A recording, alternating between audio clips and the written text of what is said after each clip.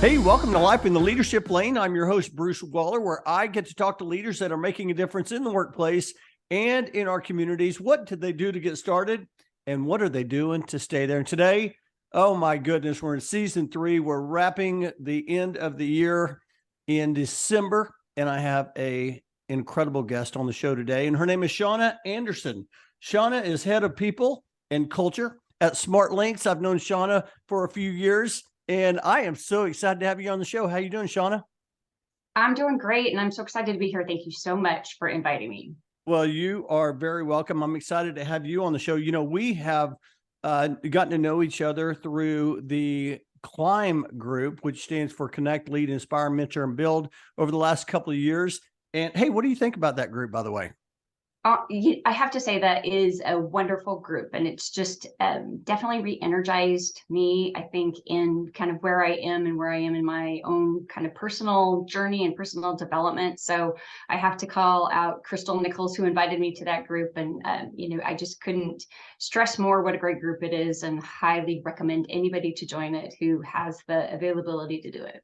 Yeah, absolutely. I'll put the link in the show notes. So basically, it's a I call it a leadership community, but we read leadership books and we talk about them as a group each month. And wow, Crystal Nichols, I forgot she invited you. I am a She big did, fan yep. of Crystal Nichols. Absolutely fantastic.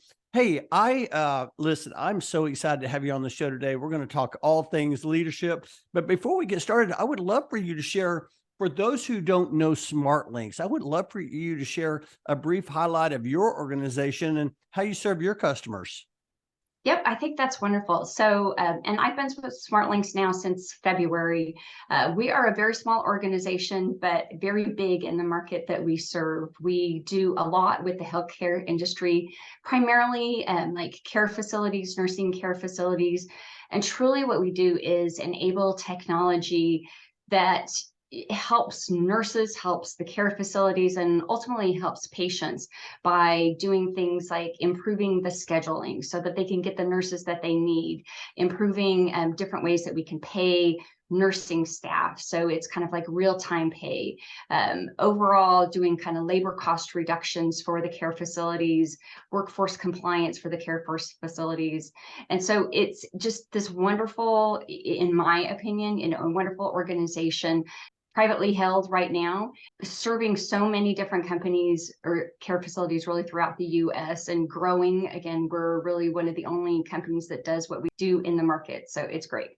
Yeah, absolutely fantastic. And one of the reasons why I wanted to get you on the show also, Shonna, was because we're going to learn through your story that you have served in some significant sized companies.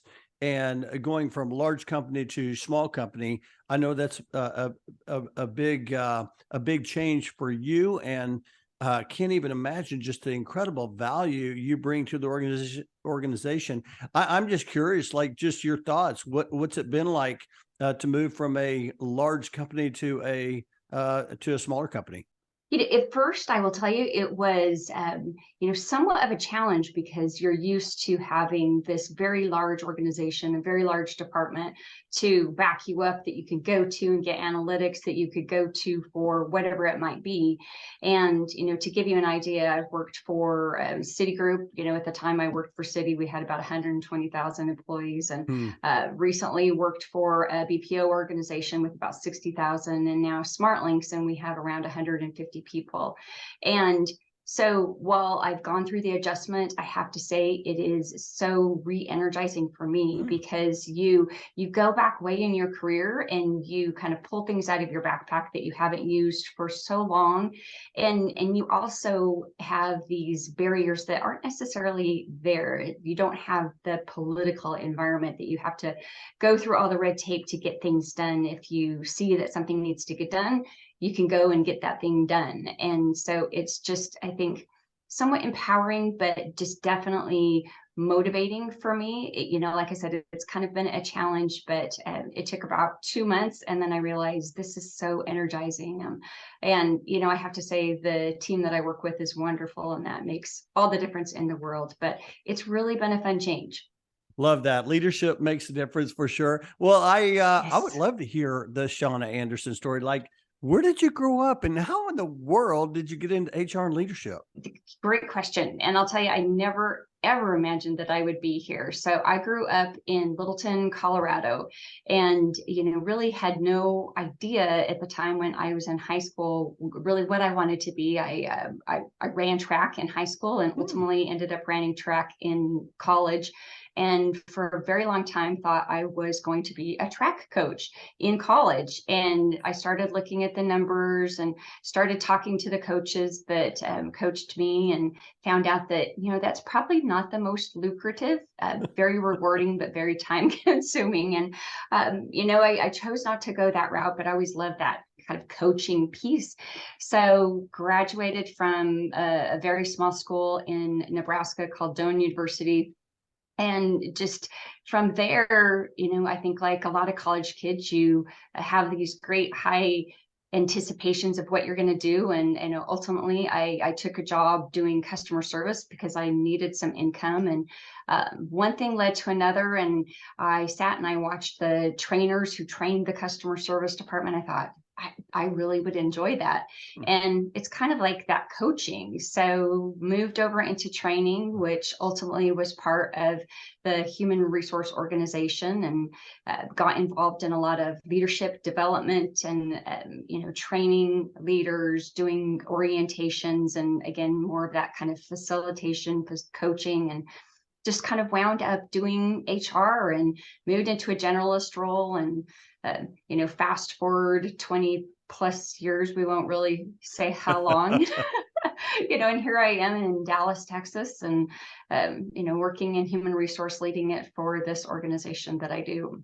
I love that. I love that story and the journey from track coach to leadership coach is really what you Mhm. become serving human resources. I love that. So what did you run in track? I'm curious. Did you run hurdles or long I did. distance?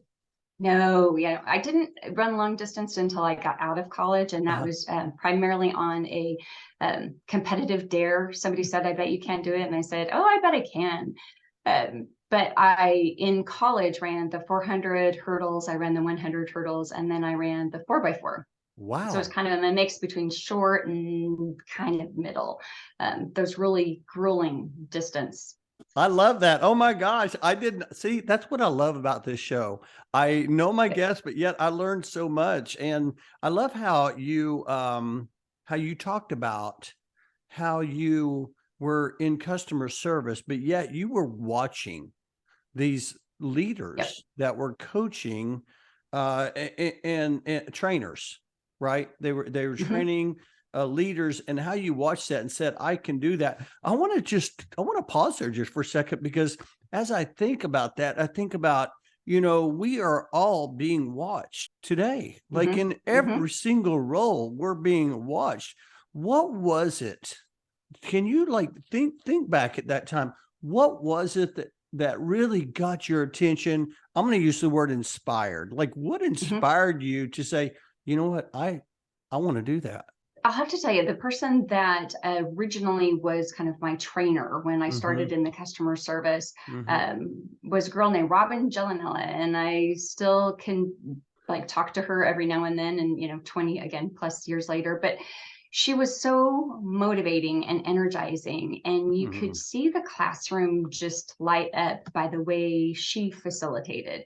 And I think that's so important in anybody who's getting up and whether it's public speaking or facilitation, in motivating your audience and getting them excited about whatever it is that you're doing. And at the time it was customer service for a cellular phone company, which not really exciting, but she made it exciting. And I sat back and I watched, and I thought, what am I going to do with my career? Mhm. It obviously didn't go down the path that I thought it was. And so maybe this is it. And I was thinking before the podcast this morning, somebody said to me a long time ago that you should dress for the job you want, not the job you have.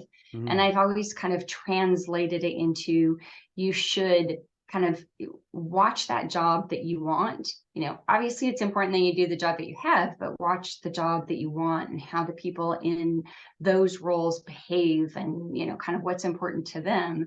And if that's an interest to you, then you just have to get involved. And I started to get to know her and did kind of a short term, I wouldn't even call it an internship in the training department. They had these rotations, and did a rotation, and, just kind of fell in love with it and thought, yeah, this is for me. And, wound up getting out of training, but I still love to get up and, just, I think, really train people, do facilitation, and teach new things, because you always see the light bulbs go off when people get excited about something new. What I love about that is I can just see you training and somebody else looking at you saying, oh my gosh, she's so energizing.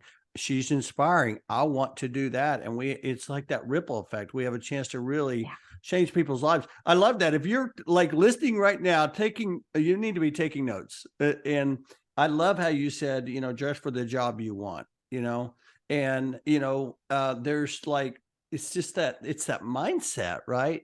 And I just love how you, I was just going back, you said 20 years. I was just going back to that time, and I was thinking about all the people that I've looked at and said, I would like to do that.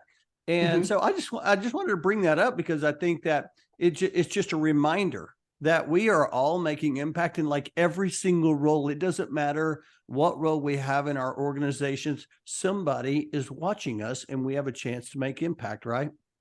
Yes. And I think they're watching even when we don't think that they are watching. And whether it's that they're trying to, find out what their next career is, or, simply just watching us, I think, especially as you get more into those leadership roles, to see how you behave. And, I tell the leaders that I support all the time, you kind of have to have a game face, because your teams feed off of you, and how you behave and how you lead it just filters down through your organization. And so if you can have that positive attitude and, just be more, I think, positive and share differently, then the people that are watching you feel differently and feel differently about the jobs that they are doing. So it's critically important. Yeah, no question. I love that. And you mentioned you had someone that you looked up to, Robin. I love how you gave her a shout out. Have there been some mentors? I always like to ask that question around mentorship. Have there been some people that have helped you get to where you are today? And if there were, maybe share a couple of things that they did that helped you. It's interesting, because my mentors are probably a little bit different than I think maybe corporate mentors. I go back to, again, my college days, and you spend so much time with the team that you're on. And my mentors at that time were probably, a couple of my coaches, both in high school and in college. In high school, one of my coaches was a gentleman by the name of Dave Sanders. And that might sound somewhat familiar. I went to Columbine High School, and unfortunately, he was the teacher that died in the shootings at Columbine, but he was the most motivational coach, and always there for you, always believed in you, and, just really cheered you on, even on those days that you thought that you couldn't do it. And so it makes me now kind of reflect back on those days that I really don't want to get up and it's gloomy out, and it's kind of pushing through, at the time it's somewhat the pain, but now it's pushing through those difficult times. And, going into college, it was really the same way. As you have these coaches that inspire and push you to be something you never ever dreamed that you could be, or they pull out just strength in you that you didn't think was there. And you might be exhausted, but then you look back and you go, gosh, I can't believe I did that. So for me, it really has been some of the coaches in my life. And then outside of that, I haven't had any really former mentors. It again is sitting back and watching people and watching how they behave, and seeing what you don't want to do and who you don't want to be, but also those people that you really admire and you want to, I think, just emulate their behavior and their just kind of, not so much personality, but their energy. I love that. I was thinking about, wow. First of all, thank you for sharing that. Coaches are so inspiring. It's so great to know that, like with Dave, right? Going through, that time in Columbine, but yet he's left a legacy in you and in others to like, you got to Mhm. push through. I was thinking about, we have, we have some similarities, right? Not only are we big Oklahoma Sooner fans, give Boomer Sooner there, Boomer but Sooner. we also, I also wanted to be a coach in college. I Really? did my student observation in Shawnee, Oklahoma, and I started looking, I started looking at the numbers too. And I was like, oh my goodness, I don't know Mhm. about this. I better go get my business degree. But I love that. And I've been inspired by coaches as well. My high school football coach, I got to have him on the podcast. And even reading leadership books, especially coaches that have these books out, different things like that. But I love how you talked about pushing through. And I think that's what that's what my notes are here, is that, great mentors, they help you see things, they clear the windshield for you, and Mhm. they help you like see the potential and push through.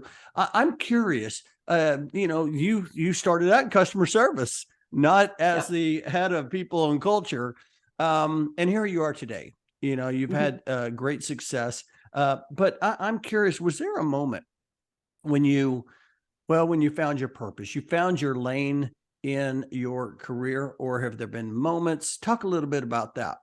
I think there's been a few moments. One for me was early on in my career. I was doing some leadership development training and using a tool from DDI. And it really is all about, it starts with your employees. And if your employees are happy, then that's how they behave on the phone with your customers. And if your customers are happy, it generates revenue. And it's just this full circle.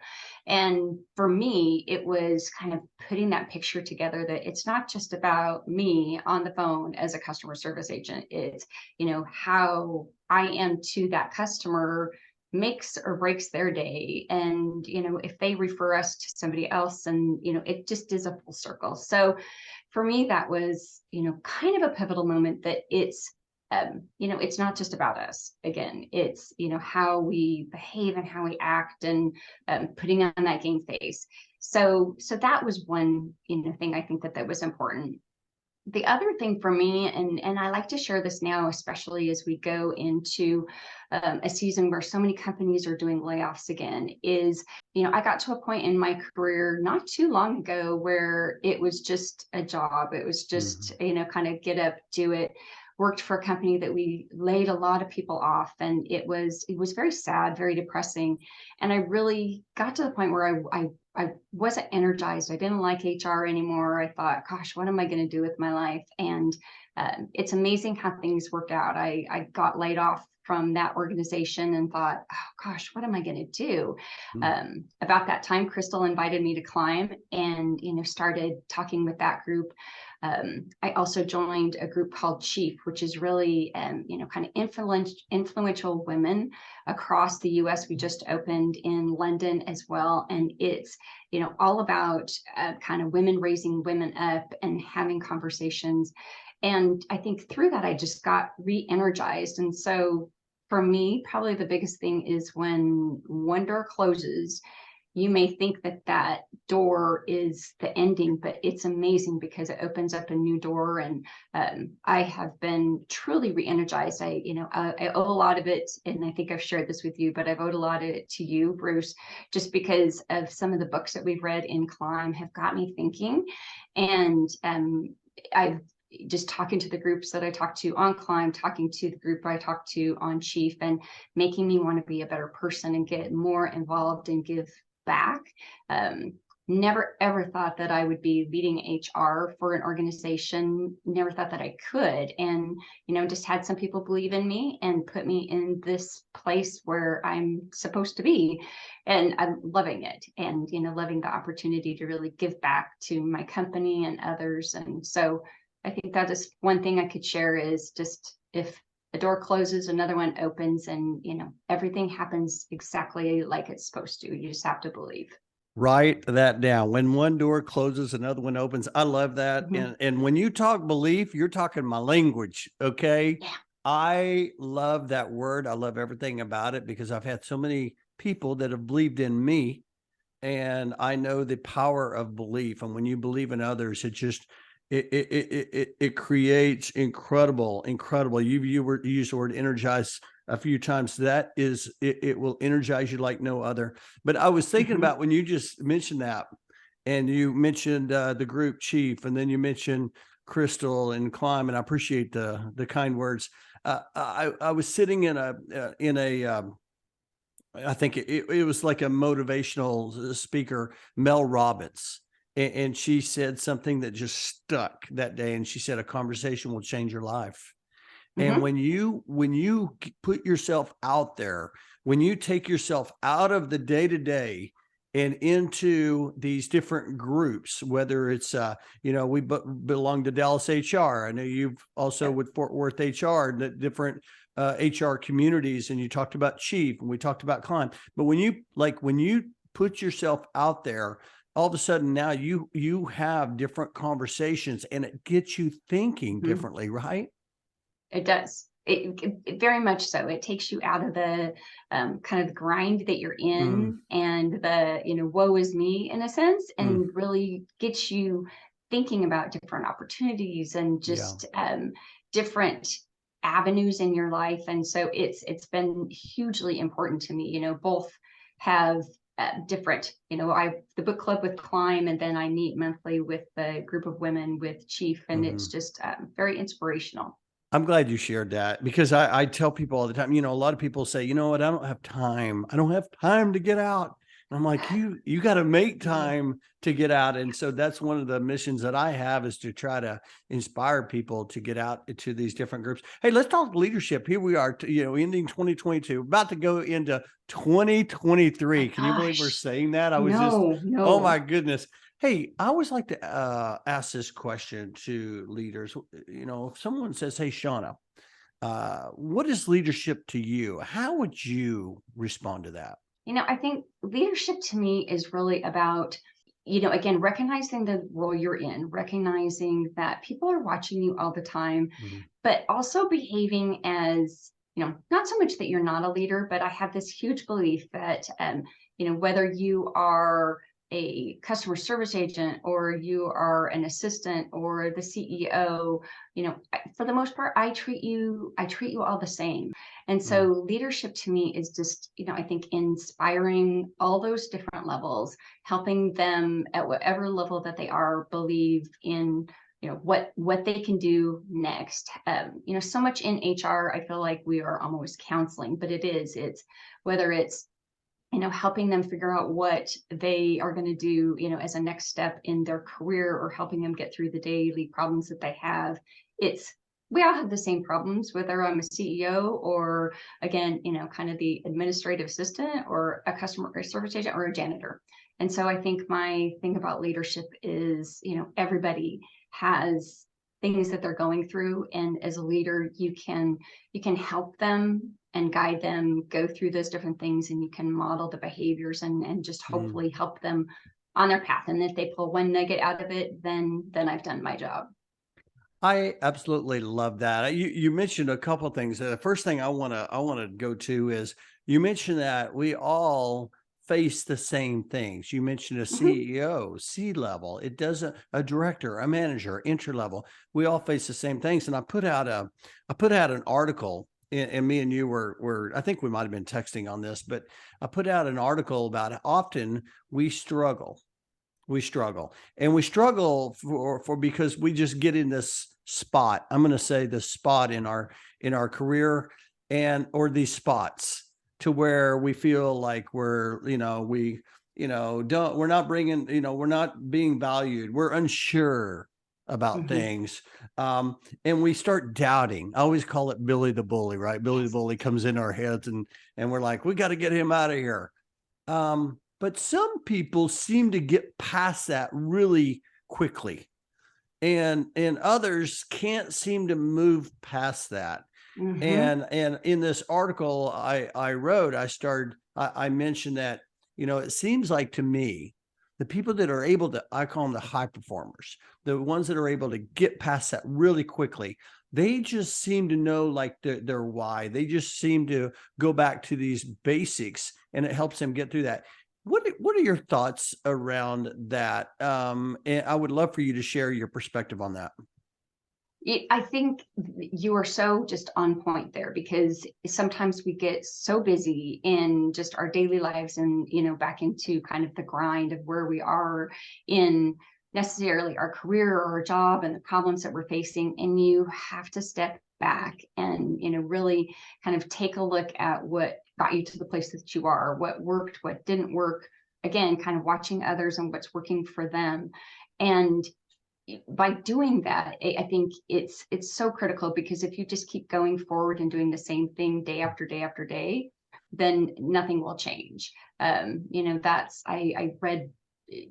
I'm sure many people have said it before, but if you keep doing things the same way, you're going to get the same results. So you have to really take a step back and I think assess where you are, assess what's working, what's not working. And then if you need to pull others in, talk to your friends, talk to your colleagues about what they're doing different. And, you have to get advice, you have to get guidance from other people to help you out, whether, again, it's a coach, whether it's a CEO, whether it's, again, an executive assistant that can help you put just a different perspective, because nothing will change. Nothing's going to get better if you keep doing it the same way. You've got to change, but you've got to be willing to change and take that leap. I know, for example, I've invited many people, I think, to our climb group to say, I can see where they are in their path and their journey. And I'm like, I know it will change your life if you join it, but you've got to want it, and you've got to, believe that you're ready for that change and that you deserve it. So, which everybody does. I love that. I love how you said, and that you deserve it. I love how you put that on there right now. I just got chills from that. I'm like, and you deserve it. I love that. And how you talked about the importance of collaboration and talking to people and giving guidance. It reminded me of when I was at SHRM. I think it was a couple of years ago, and Michael Phelps was there, and he was talking about mental health.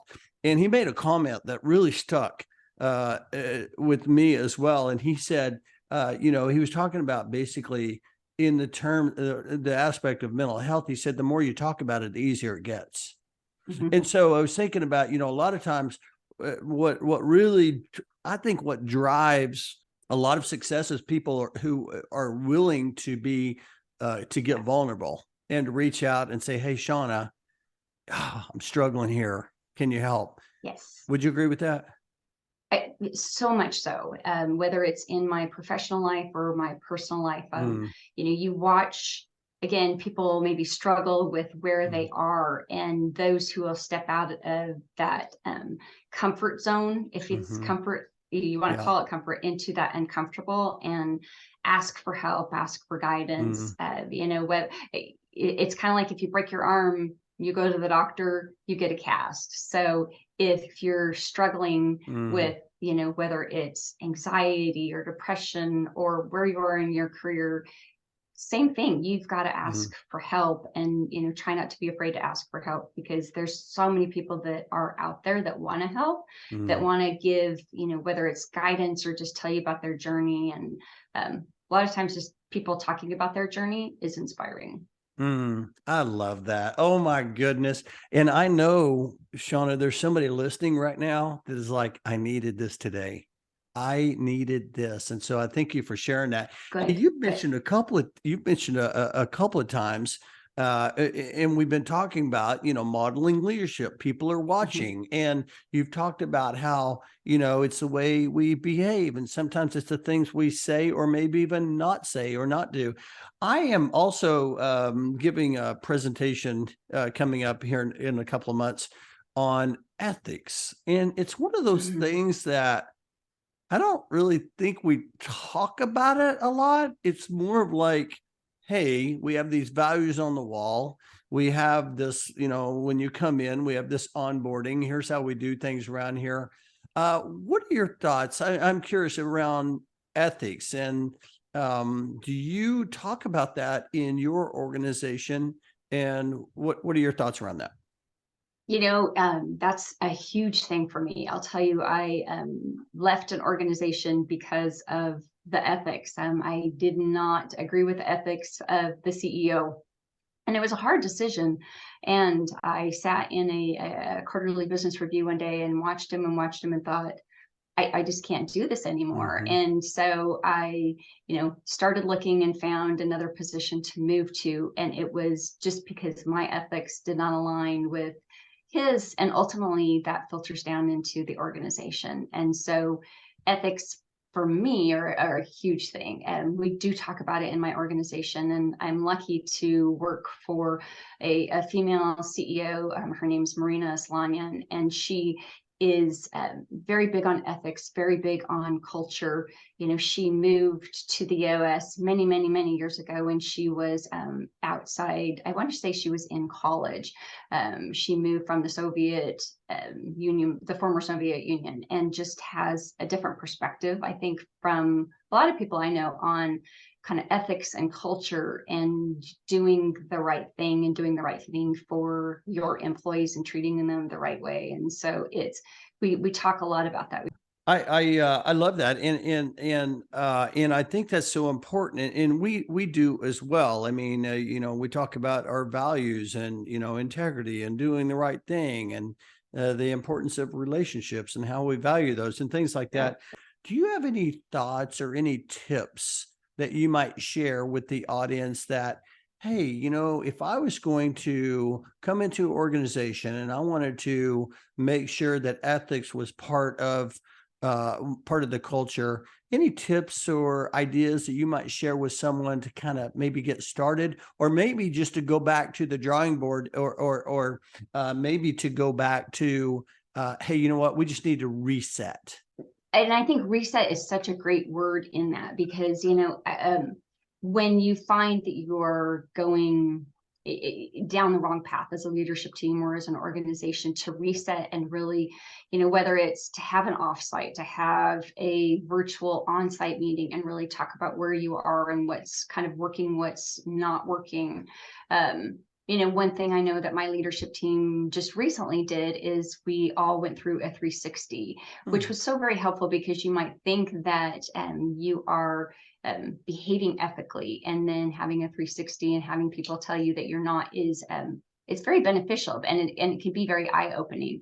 So I think, soliciting again that feedback, but some of it too is, I think assessing your organization and pulling in the right people in your interview process and your selection process. And, you can teach people to be ethical to a certain extent, but I think it's also who you bring into the company, and, bringing in the right people to influence and just kind of infuse their beliefs into the organization is huge. Yeah, I appreciate you sharing that so much. And I think that's something that we talk about, but we don't talk about. It's just one of those things that, hey, this is important to us. We talk about it in, sometimes it's those nonverbal ways, right? But not necessarily in, hey, we're going to have a meeting to tell you, hey, here's the right thing to do. It's more of a, hey, here's how we act and behave, right? Mm-hmm. Right. I think you have to walk the walk. You can talk about it all day long, but if you don't walk that walk, then people, they don't believe it. And ultimately, many people don't leave, and I know this too, but people don't leave organizations necessarily because of the money. They leave because of the culture, because of the ethics, because of the management. So it's, not that that's the right reason to be ethical. I think you need to be ethical just because it's the right thing to do, but it's just so important in your organization and the growth, and to get you where you want to go. Love that. Love that. Oh my goodness. This has been so good. Hey, I want to ask you one last question around that. And that is, do you have I don't know, I'm just sitting here thinking, do you have that in your policy, or do you have how do people know, hey, this is the way we act. This is the way we behave. This is the way we operate. Is that in policy? Is that through your values? How do people know that? And this is kind of the fun part of my job. So coming in to my organization, I got to step back and look at all of our policies and what we were doing. And Hmm. we revamped our code of conduct. We just rolled out a new code of conduct. So it's in there.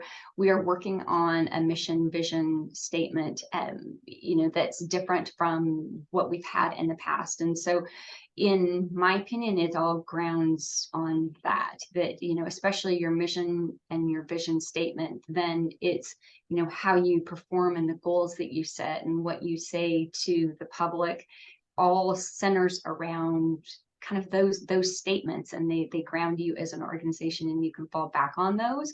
So we are doing a lot around that. We're still somewhat in the infancy phases, just because especially with our mission and our vision, I think we're on the finalization of it, put it that way, and hopefully that's going to get rolled out within the next month. And then, like I said, our code of conduct, we have that to refer back on. Plus we do our town halls and we talk about it there, and we're trying to Mm. do a lot as an HR team just to um, share different things through webinars. There's, so many free things out there. As a small, scrappy organization, we use our EAP group quite a bit because they have free Mm. webinars on, Yeah. different things. So we share those with employees and just try to get the word out that way. That's fantastic. Thank you so much for sharing that. I know there's probably some people listening right now. They're like, hey, we need to be doing that. We're in business planning season. We're getting ready to reset for 2023. This has been so helpful. Oh my gosh, this has been so good. Okay, last thing I want to ask you before we move on here is you have had tremendous success. I'm just curious for those out there that are listening, they might be entry level, they might be a director, they might be a manager, and they want to just keep moving forward. Any thoughts or tips or strategies that have helped you continue to move forward as a leader in For your me, development? in my development, some of it has been the reading, and I'm an audible person, so I tend to do a lot of audibles. I do a lot of podcasts when I walk my dogs in the morning. When I get ready in the morning, I do a lot of podcasts. I kind of start my day with a variety of different podcasts, and they kind of get you motivated. They kind of get you going. But I think you also have to, when you feel like you're starting to get stagnant in your career, then you have to re-energize and take a Mm, step back and figure out what that is, that you want to do, and talk to people, whether it's your boss or others in the organization, about how they got to where they mm, are. And then just never kind of never give up, never just accept that status quo. And as I look back over the last year that I have had, I think I started to accept that. And again, kind of one door closed and a new one mm, opened, and I got re-energized, and mm. would look back on that self and say, don't Mm. accept that where Love you that. are. That you've got the potential to do different things and you want to do different things. So just figure out what that is. And if you need to talk to people about what that is, talk to people, reach out to people. Love that. Oh my goodness, this has been so good. I told you the time was going to fly. It did. I do want to ask you one last question because you've given incredible advice today. But was there ever any advice that you were given in whether maybe it was in running track or maybe it was early in your career or here we are where you are today? Any advice that was given that you find yourself sharing with others often? I have, as you know, a daughter at Oklahoma University, and advice that I share with her often: when somebody shows you who they are, um, believe them.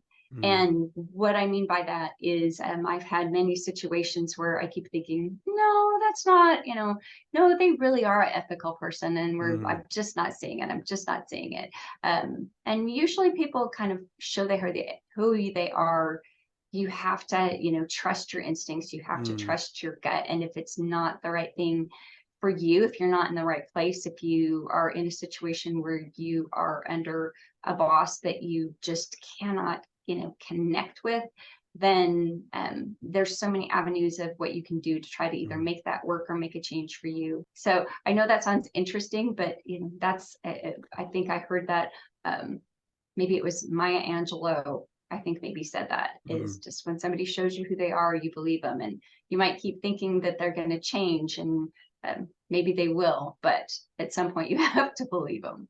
I thank you for sharing that. I've grown so much through this podcast because of leaders like you that give incredible advice. And I love that. I hadn't heard that yet. And it just like, all of a sudden, it's just like, it's sinking in. I'm just like, I have chills thinking about, I'm like, I can find myself in situations where I'm like, I've been in that situation before. You're right on. I love that. Oh my goodness. This has been so much fun, so energizing. And we're going to move to the last part of the show. It's called "It's Time to Accelerate." I'm going to ask you some fun questions as we kind of wrap up. Okay. First question. I know that you mentioned you listen to a lot of podcasts and Audible's, book or podcast. Oh, definitely podcast. Okay. If I read a book, I fall asleep. I love that. Okay. Here we are. We just finished Thanksgiving. We're in December. Headed into the holidays, family time. What are you grateful for? Oh my gosh. I am grateful for my family. I'm grateful for my health. I'm a breast cancer survivor. And so I'm about 4 years out, coming up in 10 days. And so I'm extremely grateful for my health, but probably more than anything, my family. A breast cancer survivor. Good for you. That is fantastic. When you said that just now, I just went back to your coaches and how they helped you, like, inspire you to push through. Mm-hmm. So I'm sure when you were going through, I just want to stop there just for a second, because my heart is touched as you just shared that.